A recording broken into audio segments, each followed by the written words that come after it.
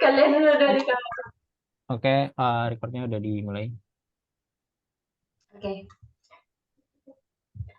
Selamat pagi kepada Ibu Memik selaku dosen pembimbing, dosen pengampu mata kuliah utilitas pabrik kimia. Di sini kami dari kelompok 14 ingin mempresentasikan hasil diskusi kami yaitu mengenai pengolahan limbah padat anorganik. Next. Adapun anggota kelompok kami, yaitu yang pertama ada saya sendiri, Giovanni Putri dengan NIM 05191031 dan ada Faizal Almin Nakul 05201027, ada Muhammad Ali Sidki dengan NIM 05201950 dan terakhir ada Rio Marlino 05201079. Next. Kita masuk ke pengertian. Nah, di sini ada limbah, di mana limbah itu sisa dari suatu usaha maupun kegiatan yang mengandung bahan berbahaya atau beracun yang karena sifatnya, baik itu konsentrasi dan juga jumlahnya, baik yang secara langsung maupun yang tidak langsung, yang bisa membahayakan lingkungan, kesehatan, kelangsungan hidup manusia, dan makhluk hidup lainnya. Bahan yang sering kita temukan dalam limbah itu antara lain senyawa organik yang dapat terbiodegradasi, senyawa organik yang mudah menguap, senyawa organik yang sulit terurai, logam berat yang toksik, padatan tersuspensi, nutrien, mikroba patogen, dan parasit. Kita masuk ke limbah padat, di mana limbah padat ini adalah limbah yang memiliki wujud padat, yang bersifat kering dan tidak dapat berpindah kecuali dipindahkan. Jadi limbah padat ini biasanya berasal dari sisa makanan, sayuran, potongan kayu, ampas hasil industri, dan lain-lain. Next. Nah, kita masuk ke topik utama kita yaitu limbah anorganik. Di mana limbah anorganik ini adalah limbah yang bukan berasal dari makhluk hidup atau non-hayati, seperti botol plastik, kaleng minuman, dan kaca. Penguraian limbah anorganik ini membutuhkan waktu yang sangat lama, bahkan bisa sampai ratusan tahun karena sifatnya yang tidak mudah terurai secara alami. Limbah anorganik ini juga salah satu jenis limbah yang paling banyak mencemari lingkungan di Indonesia. Menurut The National Plastic Action Partnership atau NPAP, kurang lebih ada sekitar 4-5 juta ton limbah plastik yang mencemari saluran air dan laut. Next.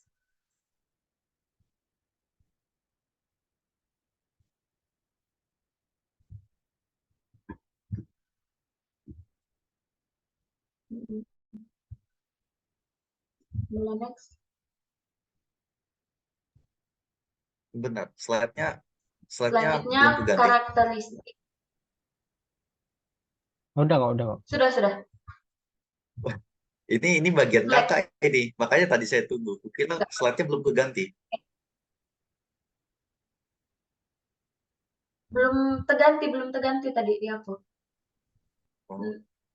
Selanjutnya ada karakteristik, di mana pengujian karakteristik limbah digunakan untuk menentukan fasilitas pengolahan, memperkirakan kelayakan pemanfaatan limbah untuk energi, dan merencanakan fasilitas pembuangan air. Adapun karakteristik sampah dapat diuraikan sebagai berikut. Yang pertama, itu adalah karakteristik fisik, di mana itu meliputi berat jenis, kadar air, ukuran partikel, dan permeabilitas buangan terkompaksi.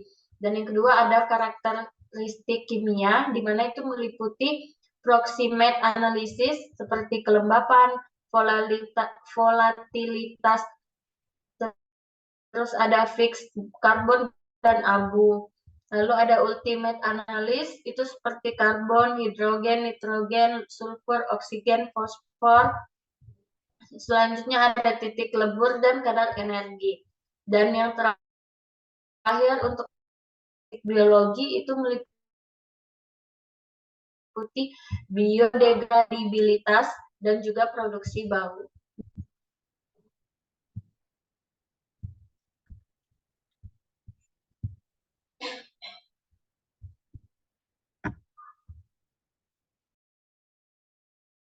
Oke, baik. Selanjutnya dilanjutkan oleh saya. Untuk dari yang pertama itu pengolahan. Dan dari pengolahan sendiri ada banyak macam-macamnya. Untuk yang pertama itu ada pengolahan inert landfill. Dari inert landfill sendiri merupakan jenis landfill yang dirancang khusus untuk menampung limbah non-reaktif atau limbah yang tidak mudah terdekomposisi. Limbah-limbah ini semua umumnya terdiri dari material anorganik seperti batu, beton, keramik, pasir tanah, dan bahan lain yang tidak mengalami perubahan kimia signifikan atau pembusukan. Dalam proses inert landfill ini ada beberapa tahap, yaitu yang pertama ada persiapan lokasi. Pemilihan lokasi ini sangat penting untuk inert landfill sendiri. Pemilihan lokasi untuk landfill harus memenuhi persyaratan lingkungan dan peraturan yang berlaku. Proses perencanaan melibatkan pemetaan area, penentuan kapasitas landfill, dan juga perizinan. Bisa dilanjut.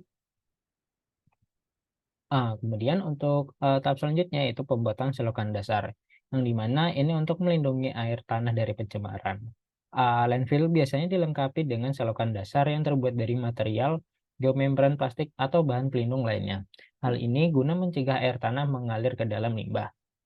Untuk yang ketiga, itu ada pengangkutan limbah. Limbah yang diterima dari sumber-sumber seperti rumah tangga, industri, dan konstruksi diangkut ke landfill. Limbah tersebut kemudian ditempatkan di area landfill. Dan yang keempat, itu ada pemadatan limbah. Setelah limbah ditempatkan di landfill, langkah berikutnya adalah pemadatan. Limbah padat harus dipadatkan guna secara teratur untuk mengurangi volume dan meningkatkan efisiensi penggunaan ruang. Oke, baik.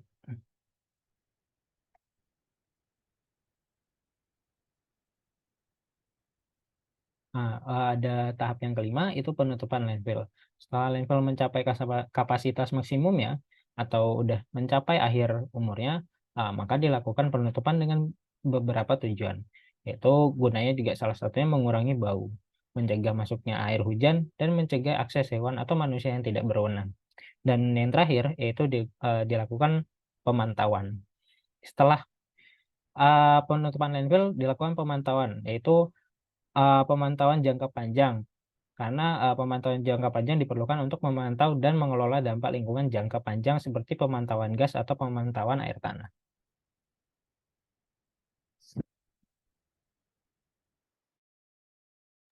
Untuk kelebihan dan kekurangan dari pengolahan inert landfill ini, yang pertama itu kelebihannya lebih efektif dalam beberapa kasus. Kedua, mencegah penyebaran limbah padat yang tidak terkendali. Dan terakhir, potensi penghasilan energi dari gas metan. Untuk kekurangannya sendiri itu ada 3 juga, yaitu memerlukan lahan yang luas, lama waktu yang diperlukan untuk penguraian limbah padat, dan kemungkinan timbulnya masalah lingkungan baik jika tidak dikelola dengan baik.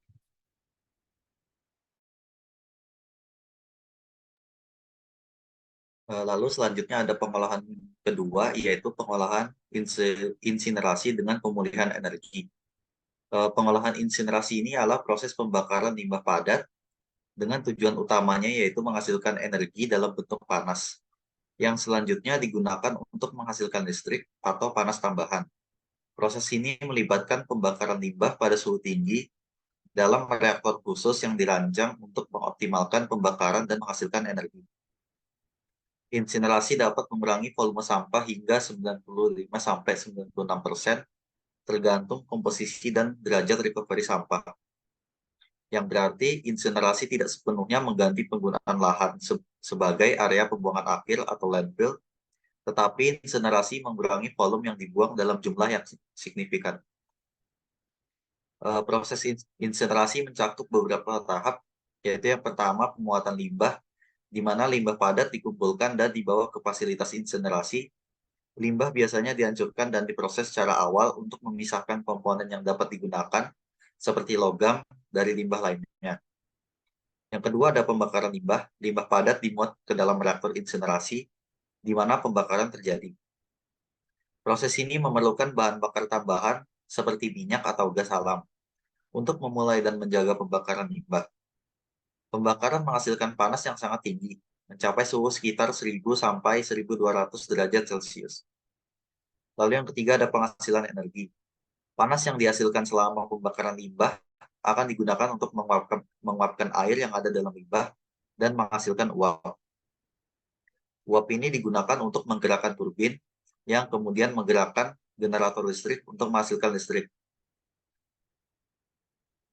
Lalu yang selanjutnya ada pengendalian emisi, di mana selama proses insinerasi, gas buang dan partikel yang terbentuk selama pembakaran mengandung polutan yang berpotensi berbahaya. Oleh karena itu, proses ini dilengkapi dengan sistem pengendalian polusi yang mencakup yang pertama ada pengendalian partikulat, yaitu partikel-partikel padat yang terbentuk selama pembakaran akan dihapus menggunakan perangkat seperti electrostatic precipitators atau fabric filters. Lalu untuk pengendalian gas buang, di mana gas buang yang mengandung polutan seperti sulfur dioksida dan nitrogen oksida akan diolah dengan scrubber atau teknologi pengurangan emisi gas lainnya. Lalu langkah yang kelima adalah penghilangan abu. Setelah pembakaran selesai, abu yang dihasilkan diangkut dan dibuang dengan aman. Abu ini seringkali mengandung residu beracun yang memerlukan penanganan khusus. Lalu yang terakhir ada penggunaan energi, di mana listrik yang dihasilkan dari turbin dan generator dapat digunakan untuk menyuplai daya ke jaringan listrik umum, sementara panas yang dihasilkan juga dapat digunakan untuk keperluan pemanasan kota atau industri. Lalu kelebihan dan kekurangannya, kelebihan dari insinerasi ini ialah mengurangi volume limbah padat, sehingga mengurangi kebutuhan lahan untuk landfill. Yang kedua, panas yang dihasilkan selama insinerasi dapat digunakan untuk menghasilkan energi yang kemudian diubah menjadi listrik. Yang ketiga, mengurangi bau dan mengurangi potensi hama. Untuk kekurangan dari insinerasi ialah pertama, menghasilkan emisi gas buang dan partikel, termasuk polutan yang dapat mencemari udara. Kedua, pembangunan dan pengoperasian fasilitas insinerasi memerlukan biaya yang sangat tinggi.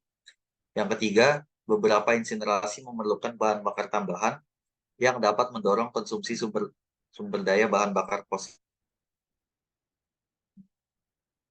Selanjutnya, pada proses pengolahan yang terakhir,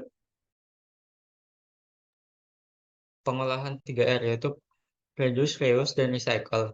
Untuk prinsipnya sendiri itu biasanya lebih berfokus kepada pengolahan limbah padat anorganik daripada limbah organik. Prinsip ini sendiri, pendekatannya itu berkelanjutan dan berusaha untuk mengurangi limbah, memanfaatkan kembali bahan, dan mendaur ulang bahan daripada membuangnya ke landfill atau mengolahnya dengan sistem inerasi.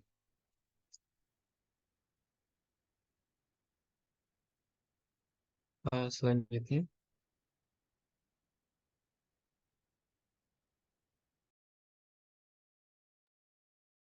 kemudian reduce atau mengurangi sendiri itu berfokus untuk mengurangi penggunaan bahan-bahan yang dapat menjadi limbah. Ini dapat mencakup pengurangan kemasan berlebihan, penggunaan produk yang lebih tahan lama, dan praktik-praktik yang mengurangi pemborosan sumber daya. Yang kedua ya reuse atau memanfaatkan kembali. Prinsip ini sendiri mendorong untuk penggunaan kembali produk atau bahan sebanyak mungkin. Contoh sederhananya itu menggunakan botol kaca yang dapat diisi ulang daripada botol plastik sekali pakai. Dan yang terakhir yaitu recycle atau mendaur ulang. Prinsip ini melibatkan proses pengumpulan, memisahkan dan memproses kembali bahan-bahan untuk menghasilkan produk baru. Daur ulang merupakan cara yang efektif untuk mengurangi penggunaan bahan mentah dan mengurangi limbah anorganik.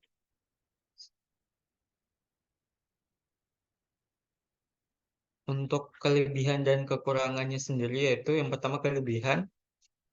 Yang pertama, pelestarian dan perlindungan lingkungan. Yang kedua itu mengurangi konsumsi energi. Dan yang terakhir, mengurangi polusi udara dan air. Untuk kekurangannya sendiri, yang pertama, lebih banyak polusi dan konsumsi energi. Yang kedua, mengakibatkan polutan.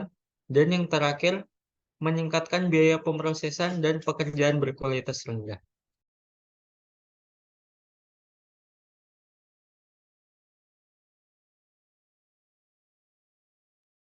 Oke, baik. Sekian presentasi dari kelompok kami. Kurang lebihnya mohon dimaafkan. Selamat siang.